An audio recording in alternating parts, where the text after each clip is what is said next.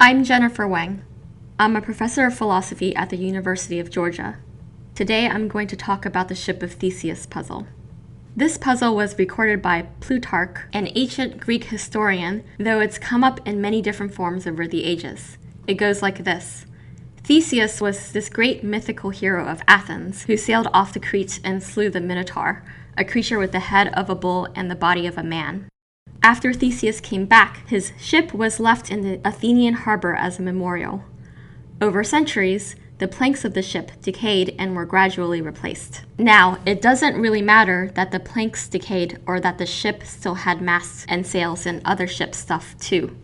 We can simplify the story. Let's pretend that the Ship of Theseus is a very simple ship made of 1,000 planks and nothing more. Let's also say that the planks are made of invincible wood, superwood, so that they never decay. In what I'll call Scenario 1, the Ship of Theseus has its 1,000 planks replaced very slowly over the course of 1,000 years. That's one plank a year. So here's the puzzle. Surely, a ship can survive the replacement of one of its planks. In year 1, when the first plank is replaced, it's still the Ship of Theseus. In year 2, when the second plank is replaced, it's still the Ship of Theseus, and so on through year 1,000. But the ship at year 0, the original Ship of Theseus, doesn't share any of the same parts with the ship at year 1,000, which we can call A.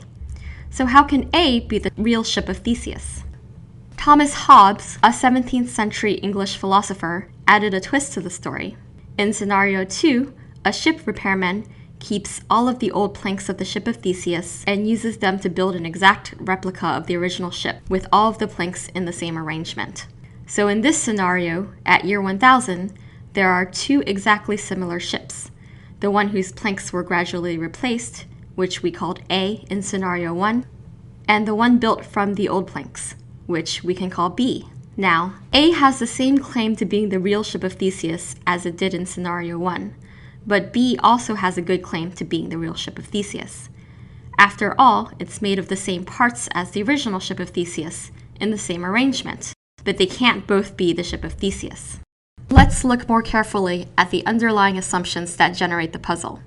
One assumption is that ordinary objects survive gradual change. This is very plausible. You can't destroy a coat just by removing one of its buttons.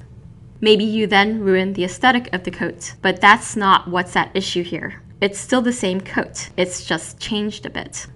The principle that ordinary objects survive gradual change motivates the conclusion that A is the real Ship of Theseus.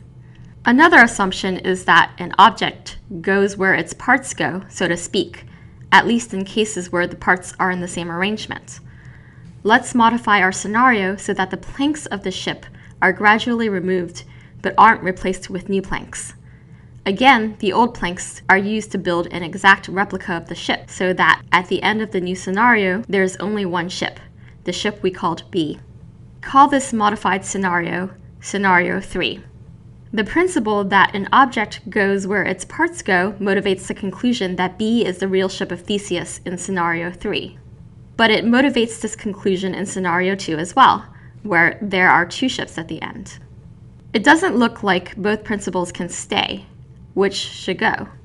Let's go through some possible solutions to the puzzle of the Ship of Theseus, some of which involve rejecting one principle or the other. They all come with disadvantages. Solution 1 is to deny the parts principle. This solution involves saying that in Scenario 3, the ship at the end is not the Ship of Theseus, even though it has all the same parts arranged in all the same ways. Solution 2 involves denying the change principle. Ordinary objects survive some gradual change, but not all. That is, sometime between the year 0 and the year 1000, removing a plank destroys the Ship of Theseus. The problem is that this solution seems arbitrary. Why would removing, say, plank number 543 destroy the Ship of Theseus, but not 542? And at that moment, does the ship being built out of the old planks in Scenario 2 suddenly become the Ship of Theseus?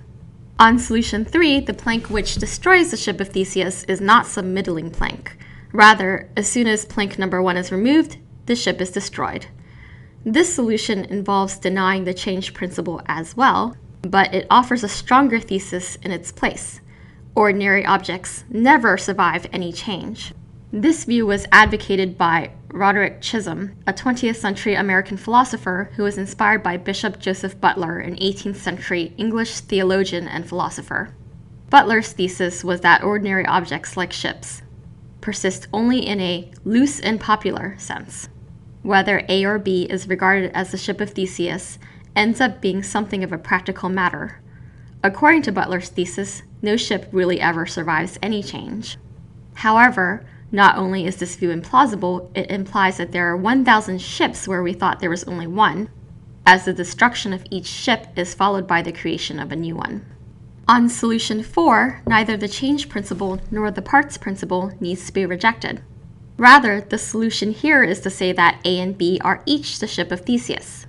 This involves rejecting the following principle, called the transitivity of identity. If x is identical to y and y is identical to z, then x is identical to z. On solution 4, A is identical to the Ship of Theseus, and the Ship of Theseus is identical to B, but A is not identical to B. According to solution 5, the worm theory solution, we need to change the way we're thinking about ordinary objects. Here's the idea. I introduce scenario 2 like this.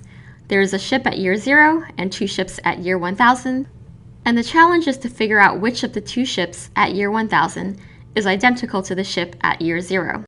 The implicit assumption that worm theory rejects is that ordinary objects, like ships, are three-dimensional objects, where the 3 dimensions are spatial dimensions. According to worm theory, ordinary objects really have 4 dimensions, 3 spatial and 1 temporal. So there are no ships wholly present at year 0 or at year 1000. Rather, there is one worm-like ship which has a part at year 0 at one end and has A as a part at the other end. And there is another worm-like ship which has a part at year 0 at one end and B as a part at the other. The 2 worm-like entities have overlapping parts at year 0. This solution doesn't require rejecting transitivity, the parts principle, or the change principle. After all, it's no longer clear what claim we're making when we assert A is identical to the Ship of Theseus, or the Ship of Theseus is identical to B. A and B are not identical to each other, but nor are either of them identical to the Ship of Theseus. They both have the object at year 0 as a part. That is all. As you can see, accepting any of these 5 solutions comes with disadvantages.